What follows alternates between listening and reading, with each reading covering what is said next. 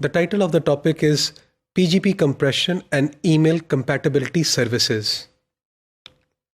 सबसे पहले इस टॉपिक के ऑब्जेक्टिव्स देखते हैं. इस टॉपिक को कंप्लीट करने के बाद a student will be able to explain the services of PGP compression service को भी एक्सप्लेन कर सकेंगे and email compatibility कैसे काम करती है. इस टॉपिक में यूज़ होने वाली जो फिगर्स हैं, जो मटेरियल है, they have been taken from William Stallings book with the title Network Security Essentials, Applications and Standards. The book was published in 2014. जो PGP as a default वो क्या काम करती है? It compresses the message after applying the signature but before encryption. This has the benefit of saving both the space for email transmission and for the file storage.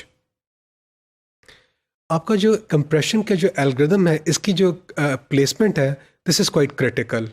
इसकी दो reasons हैं. पहली reason ये है कि the signature is generated before compression, और इसके दो रीजंस हो सकते हैं. It is preferable to sign an uncompressed message so that one can store only the uncompressed message together with the signature for future verification.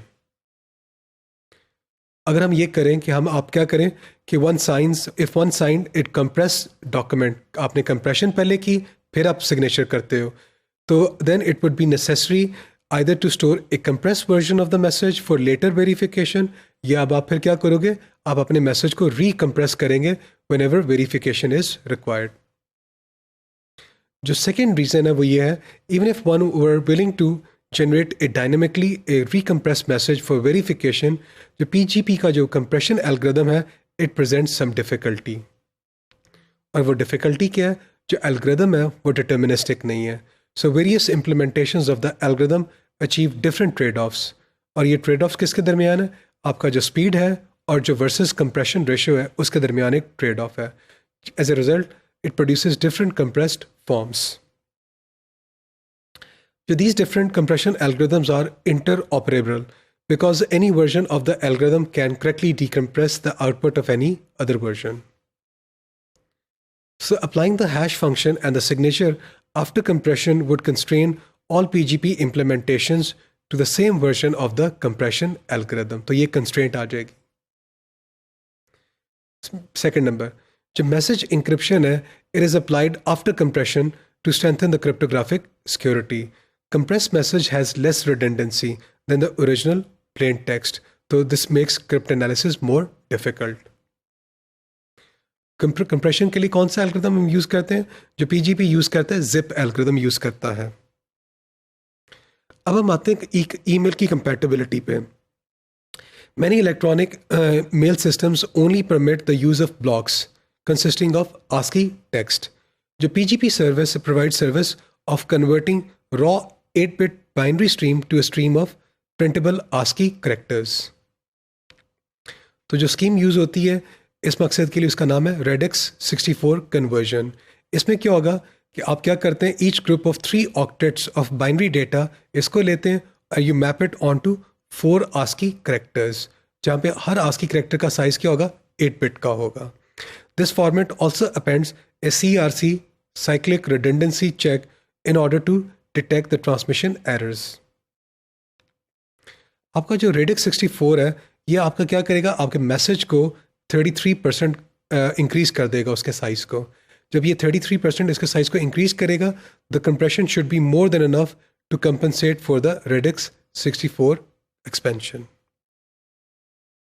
अब हम आता है transmission and reception of the PGP messages.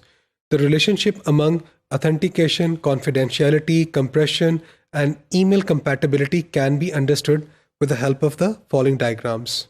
तो अगर आप इस diagram को देखें, ये हमारी डायग्राम है ट्रांसमिशन साइड के ऊपर. हमारे पास एक सेंडर है A, वो क्या करता है, एक फ़ाइल को लेता है और X में रख देता है, हमारा वेरिएबल X है. आगे इस फ्लो डायग्राम को अगर आप देखें तो फिर हमें क्या आपको सिग्नेचर रिक्वायर्ड है या नहीं है. अगर तो रिक्वायर्ड है तो आप क्या करते हो, you generate the signature. Signature को जनरेट करने के बाद आप क्या करते हैं, आप ओरिजिनल मैसेज और सिग्नेचर को कंकैटिनेट करते हैं और X में रख दिया. फिर आप कंटिन्यू करते हैं.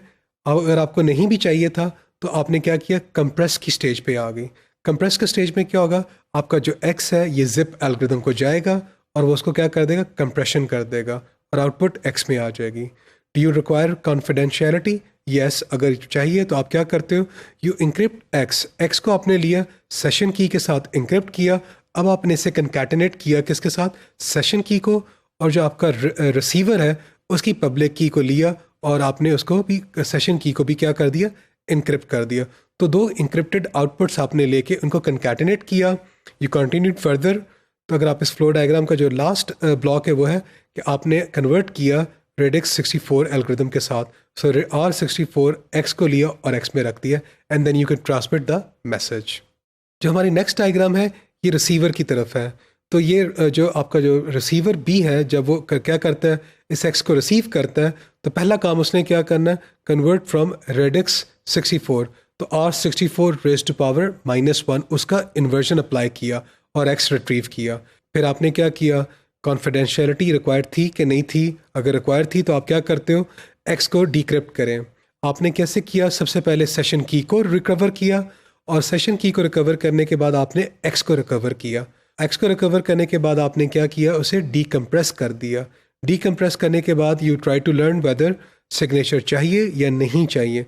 अगर सिग्नेचर्स चाहिए तो आप क्या करते हो, you strip signatures from x and then you verify the signature and finally then you can retrieve your original X।